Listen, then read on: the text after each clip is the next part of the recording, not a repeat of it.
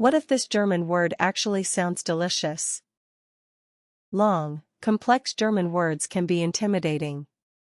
But let's break one down.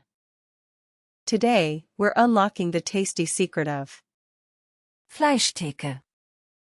First up, we have Fleisch. This means meat. Delicious, right? Then we have Theke. This means counter, like a display counter in a shop. So, put them together.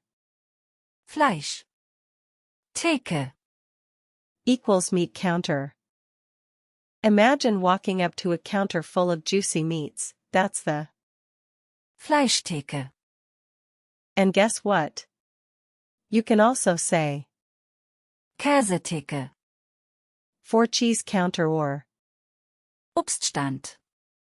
for fruit stand. Once you see it, you can't unsee it. What other complicated sounding German words have you encountered?